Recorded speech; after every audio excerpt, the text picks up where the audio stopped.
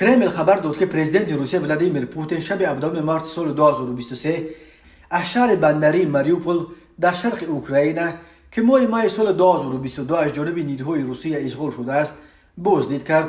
بنا به اطلاع رسمی پوتین با چرخبال تا ماریوپول آمده و سپس خودش پشت چنبر فرمان ماشین نشسته همراه معاون سروزیر روسیه مرات اوسنولن در کوچه های شهر سیر و گشت کرده است.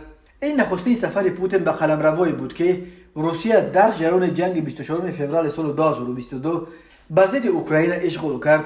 قبلا خبر آمده بود که پوتین روز 7 مارس در سالگرد نهم اشغال نیم جزیره کریم از شهر سواستوپول یک بندر بزرگ در جنوب این نیم جزیره نیز بازدید کرده است. در ویدیو نشر شده دیده می شود که پوتین با اوسنولن مسئله قرصو برای برقرار کردن شهر را بررسی کرده است. سپس از بنای فیلارمون ماریوپول بازدید می کند. همچنین شبکه‌های دولتی روسیه لحظه‌های صحبت پوتین با ساکنان ماریوپول را نشر کردند. ارتش روسیه ماریوپول را ماه سال 2022 در پی جنگ‌های شدید و بمباران خرابی‌آور شهر اشغال کرد. به حساب سازمان ملل در این جنگ‌ها تا 90% بناهای بلندارشانه و تا 60% خانه‌های شخصی خراب کرده شدند. تا جنگ در ماریوپول 426,000 کس زندگی می‌کرد.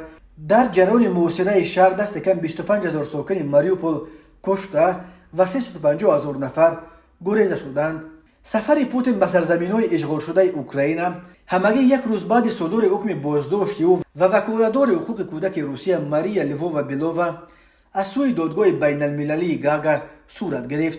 این دادگاه پوتین و زیردستانش را در مجبوراً به روسیه بردن هزاران کودک از سرزمین‌های اشغال شده از جمله از ماریوپول گناهکار می‌کنند.